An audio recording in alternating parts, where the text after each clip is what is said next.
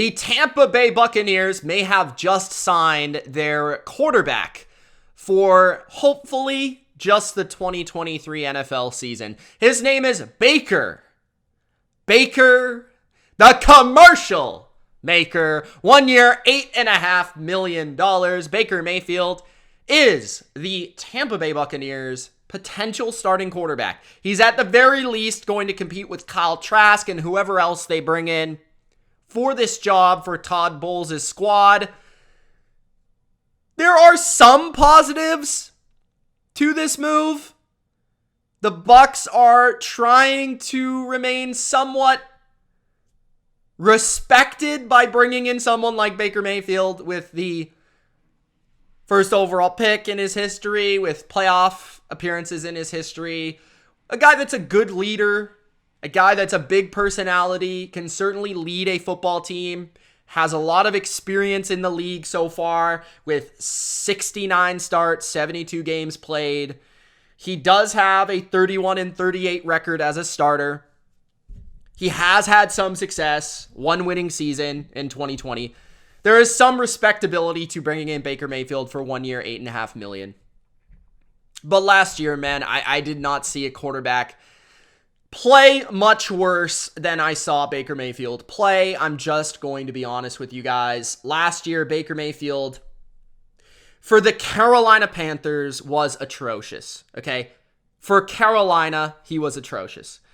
He had a 58% completion percentage, 6 touchdowns to 6 picks, and he was 1-5 in 6 games. He threw for 187 yards per game. It was bad, okay? His passer rating was 74.4 in Carolina.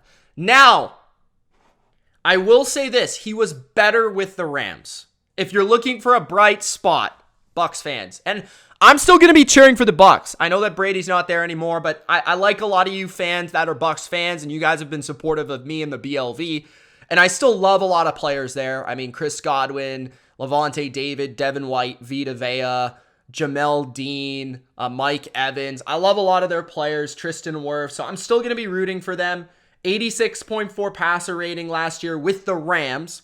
Had 850 yards in 4 games and 4 touchdowns to only 2 picks. So his touchdown to interception ratio improved. His passer rating improved. He went 1-3 as a starter. Now, that was without Cooper Kupp, Aaron Donald. You know, he wasn't on a very good team at that point. But he was graded as the 3rd worst quarterback in the NFL, according to PFF.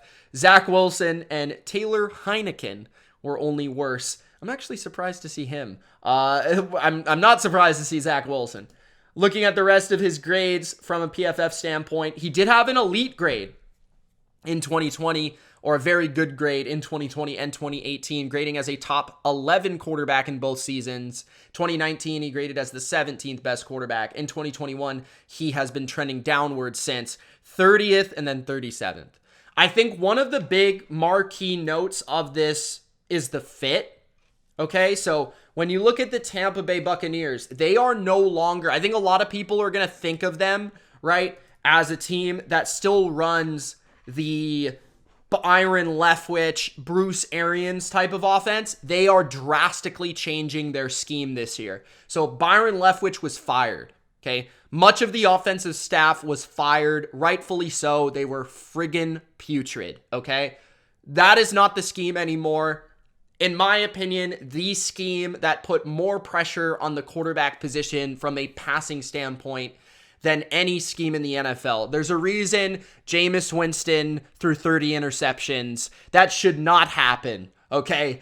For any quarterback, even Jameis Winston, okay? But a lot of pressure goes on that quarterback in that system.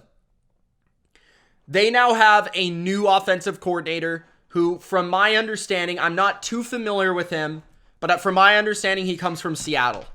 So when you understand he comes from Seattle, right, and looking at his Wikipedia page, I believe you pronounce his name Dave Canels, I'm not sure, Canels maybe. He's comes from Seattle. He's been in Seattle since 2010. Okay, wide receiver coach, quarterback coach, passing game coordinator, quarterback coach. So he's been there. I question what type of scheme he's going to play, but if it's anything similar to what Shane Waldron runs, you're running a system very similar to what Baker was running with Sean McVay. Okay? So that would have some carryover to the Baker Mayfield from the Rams. Baker could, in theory, produce Rams quality with the new coaching staff. If you were putting Baker inside the Byron Leftwich offense, I mean, I would have bet the Bucs to get the first overall pick. But he's not going to be running that. I think there's going to be more play action, more some of the stuff that he was running in Cleveland, more play action, boot stuff like that, okay? So it's going to be a drastically different offense. He's also going to have some pretty talented receivers over there. Chris Godwin should be healthier this year. That should be a plus. So I think Baker is a tough one to really gauge. He could be good in moments, but most likely you're going to get someone that's pretty inconsistent. You're going to be closer to Jameis Winston than you were Tom Brady. But even then, I wouldn't expect a prolific passing game like we saw from Jameis. So I think Baker's going to be a low-end starter. But that's exactly what the Bucs are looking for. I think the Bucs are in somewhat of a rebuild. They still have some serviceable players across offense and defense.